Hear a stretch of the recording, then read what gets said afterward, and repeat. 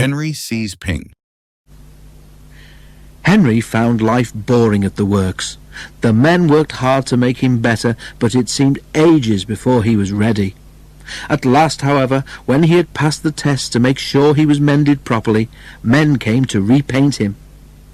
But Henry saw that instead of nice green paint, they had something very different in their paint pots. "That's not right," protested Henry.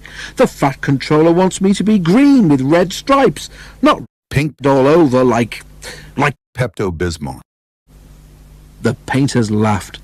"You'd look very handsome, Henry," they said, "but don't worry, this paint is a special sort of undercoat.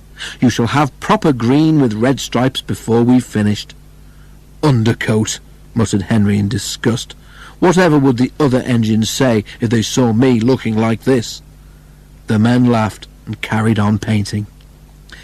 Early next morning his driver came. "Wake up, Henry," he said. "There's an emergency at the big station, and the Fat Controller says you're to help." "But I can't go like this," exclaimed Henry. "They'd all laugh like anything."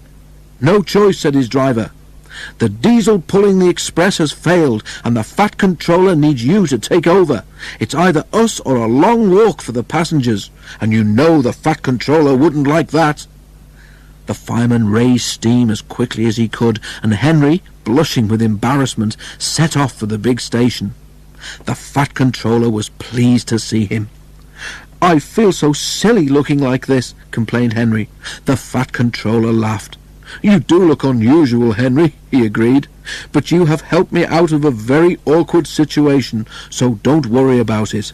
But Henry did worry. Soon, too soon for Henry, it was time to start. The express was heavy, and Henry felt the drag of the coaches. "We'll need help on Gordon's Hill today," remarked his driver. But they were in trouble earlier than that. As they approached Edward Station, the brakes went wrong on the last coach of the train, and they had to stop and uncouple it. To make matters worse, Donald, who should have been there to help, had been called away. Henry had to push the coach into a siding himself, and, without Donald, there was no one to help him on the hill. "Never mind," comforted his driver. "You can do it. You're an enterprising engine, remember." Henry snorted. He didn't feel very enterprising just then. The men at the works had mended Henry well. His driver gave him as good a start as he could. It was hard going, but now Henry felt fired with determination. "Let them laugh at my paint," he snorted. "I'll show them." Slowly he struggled upwards. "I can do it! I can do it! I can do it!" he panted. "Oh dear, will the top never come?" Then, suddenly, there it was. "I've done it! I've done it! I've done it!" he puffed proudly. After that, it was much easier, and they reached the other railway quickly. The Fat Controller, who had been on the train, came to congratulate Henry. "Well done, Henry," he said. "I'm very proud of you.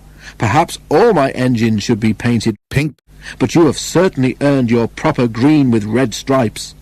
Which, of course, is just what Henry got. And when he at last returned to the shed, there was a warm welcome for Henry the Green Engine.